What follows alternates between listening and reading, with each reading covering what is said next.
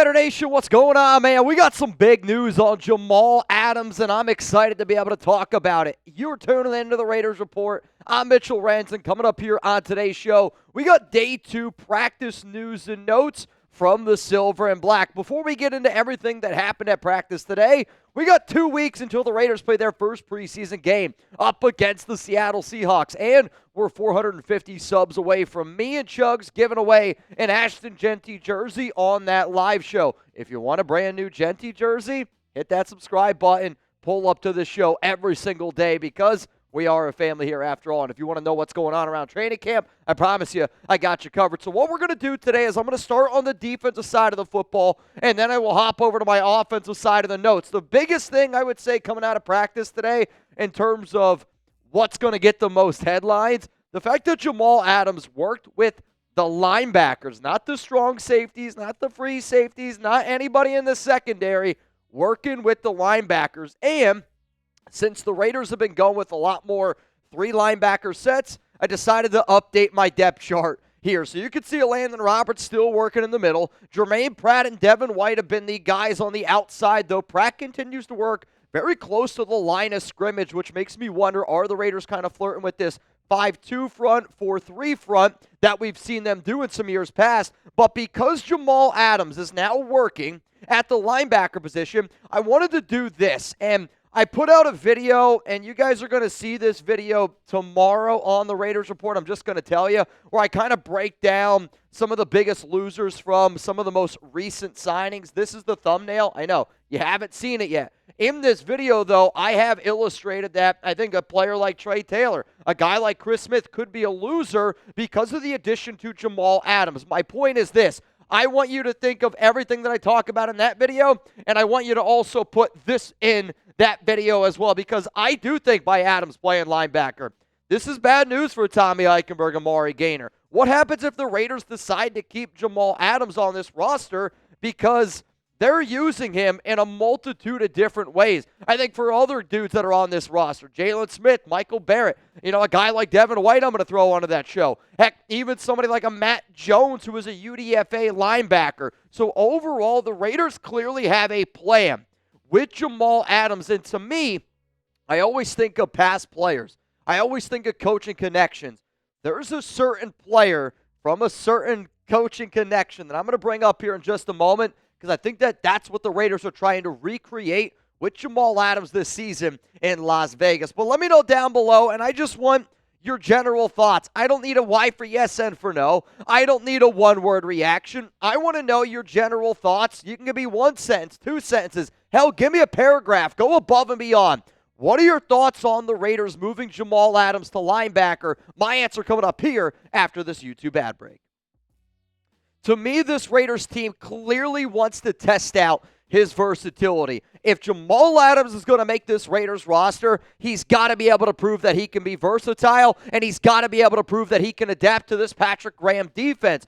But what I think about when I hear Patrick Graham, I think a lot of safeties. I think of a lot of different players that he's used, and I almost wonder, by the Raiders putting him up near the line of scrimmage, and John Spytek yesterday saying that he's going to play like this box safety role, the number one name that comes to my mind, Jabrill Peppers. And I wonder if the Raiders are trying to get Adams in this Jabrill Peppers type of role. Peppers played with Patrick Graham from 2020 to 2021 with the New York Giants, 2 seasons in that mix. PG also helped Peppers, I would say, to have a career year, and he played literally everywhere for Patrick Graham and that Giants defense. I'll also say this.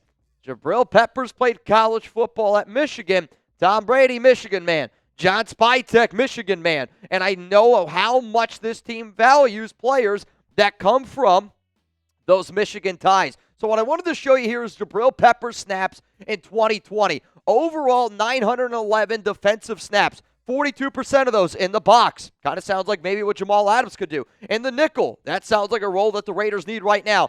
Don't need him at free safety. He's not going to play free safety. So what if the Raiders from outside corner, free safety, what if they use that percentage there, maybe at the linebacker position to put him also up closer to the line of scrimmage? The way that the Raiders are going to use Jamal Adams, linebacker, box safety. They're going to put him up near the line of scrimmage. They're going to allow him to be an athlete, and I kind of hope that they do something similar, to be honest with you, with Devin White. So overall, I know what the Raiders' plan is for Jamal Adams moving forward at the linebacker position, and I think it looks a little bit like Jabrill Peppers. Let's keep going here with some of our top defensive notes from practice today. Tyree Wilson continues to impress. He was good yesterday.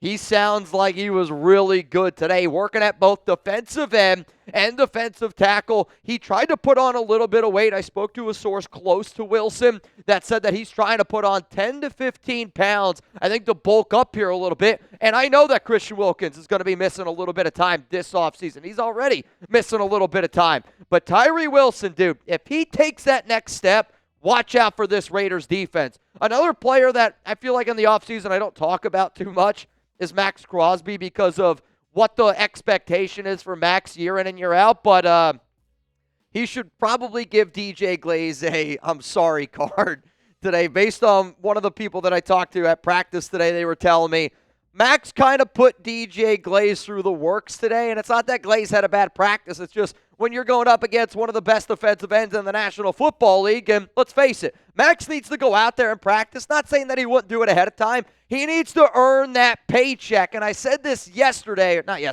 Tuesday when we were live on the Raiders Report, that when you look at the deals that are going down right now in the NFL, the Maxx Crosby contract at defensive end, I think in 2 years from now, we're going to look at this and go, man, this is one of the best contracts in the league because it was front-loaded. He makes 38 this year, 32, but then he's going to be making in 2027 to 2029 under $30 million. Hell, Chugs and I were talking about it before the show started. Max might be like the 7th, 8th highest paid defensive end in the National Football League by the end of this season. Keep doing your thing, Max. Keep leading that defense because today the defense outshined the offense, especially on the trenches side of the ball. Let's go to the next note here. So I saw Germaine Pratt flying around the football field, and that's what you want to see. I want to see these linebackers fly around. I know that Landon Roberts can stop the run. I know Devin White is a good overall athlete. But Germaine Pratt, to me, was somebody that was added that can do a lot of different things.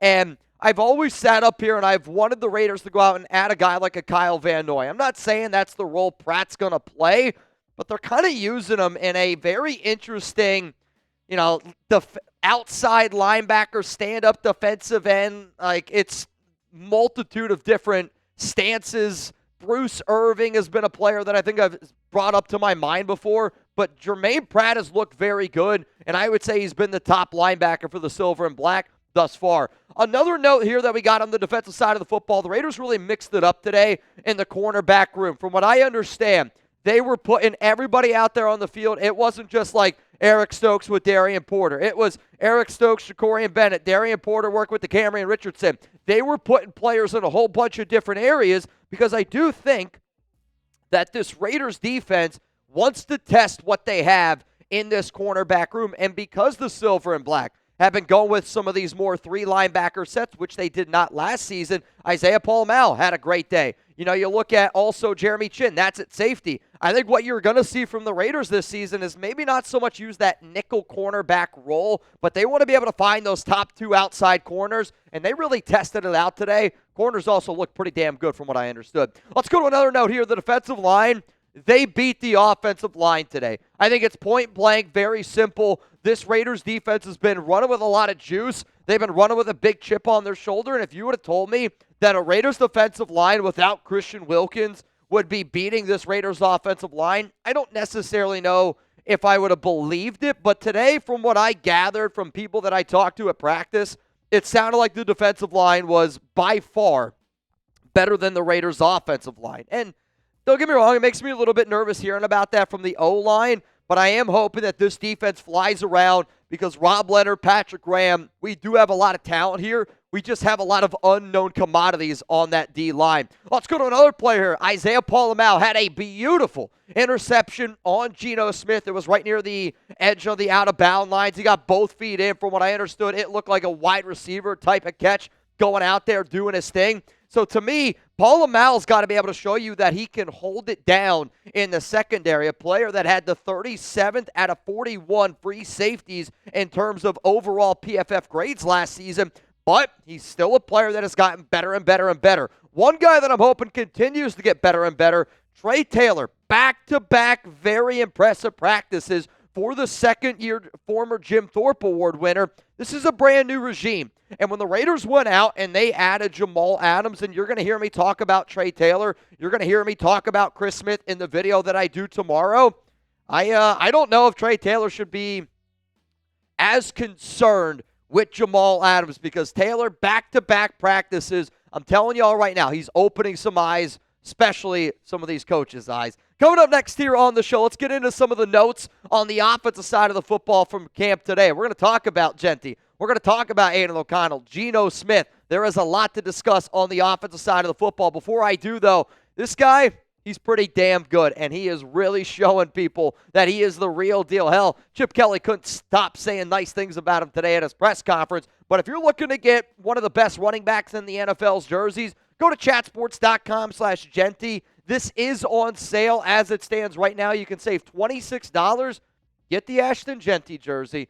Go to a Raiders game, and that $26 that you saved, put it towards 2 beers. Hell, if you even want to get one for me, I'm not going to be upset about it. Reminder, chatsports.com/Jeanty. That link is down in the comments, down in the description of today's show. Let's go to the top offensive notes today for the Raiders. Thayer Munford, practice today. I also put out a video on Twitter at Mitchell Renz 365 if you guys want to go check it out.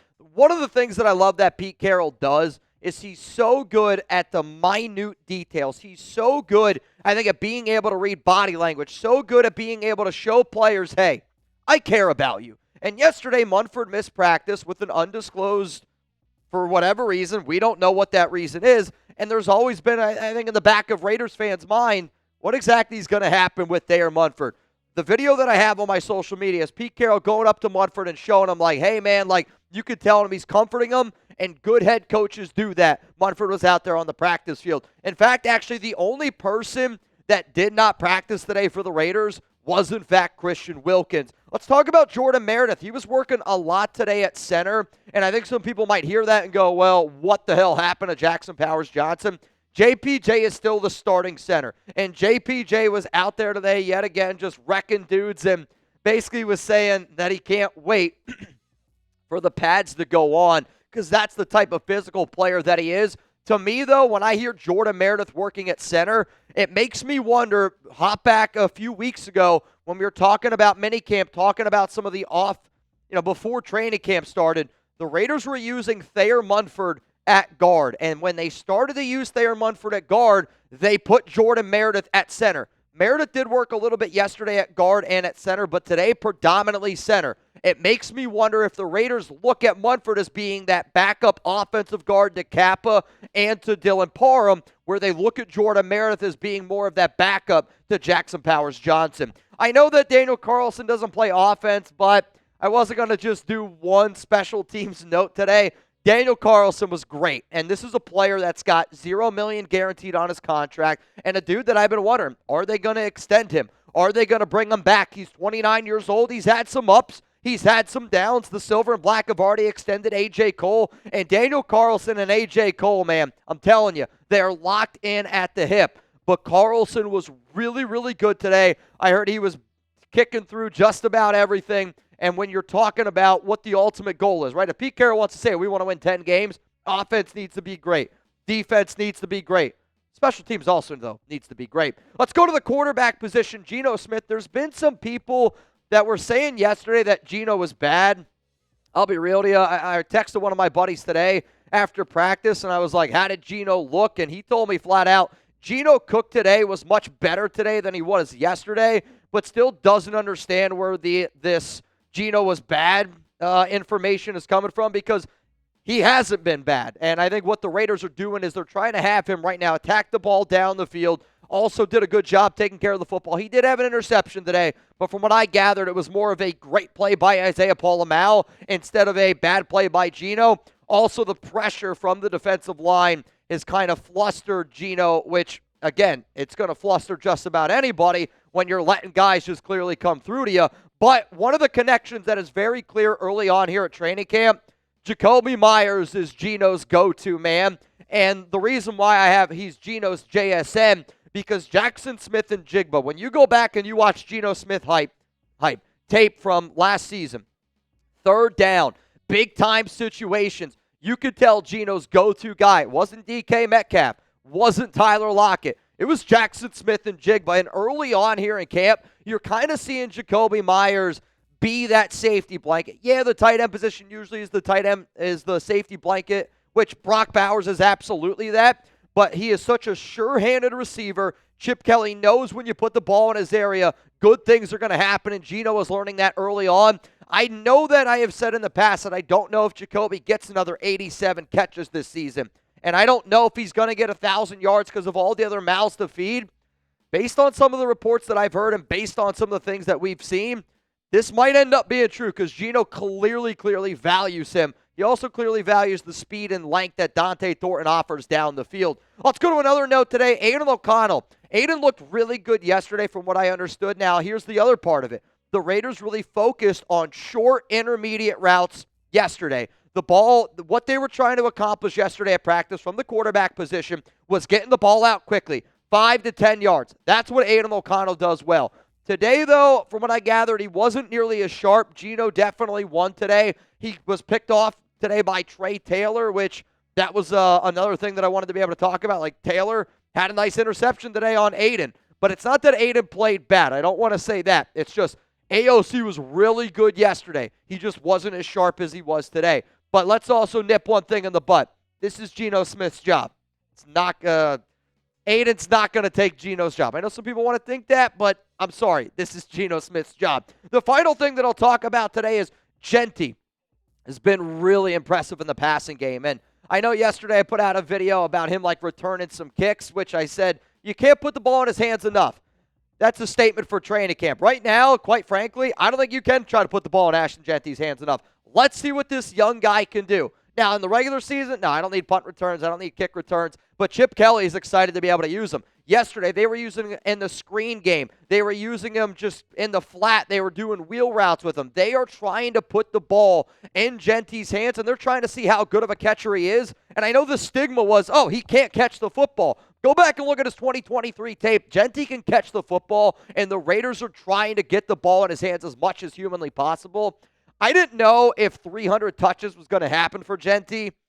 I'm pretty confident that 300 touches is going to happen for Ashton Jeanty this season. Now, y'all, appreciate each and every one of y'all for tuning into the Raiders Report. And if you don't already know this, we're going to be going live right now that I'm looking down, 90 minutes here on the Raiders Report. Raiders against Chiefs. Winner of that Madden simulation wins the AFC West. And I got a special prize. All I'm going to say is I'm going to be giving away a fantasy football raffle ticket today. Not a raffle ticket, a fantasy football spot. So if you want to join our fantasy football league here on the Raiders Report, you better tune in. You better subscribe because we're going to be going live at 4 p.m. Eastern Time, 1 p.m. Pacific here on the Raiders Report.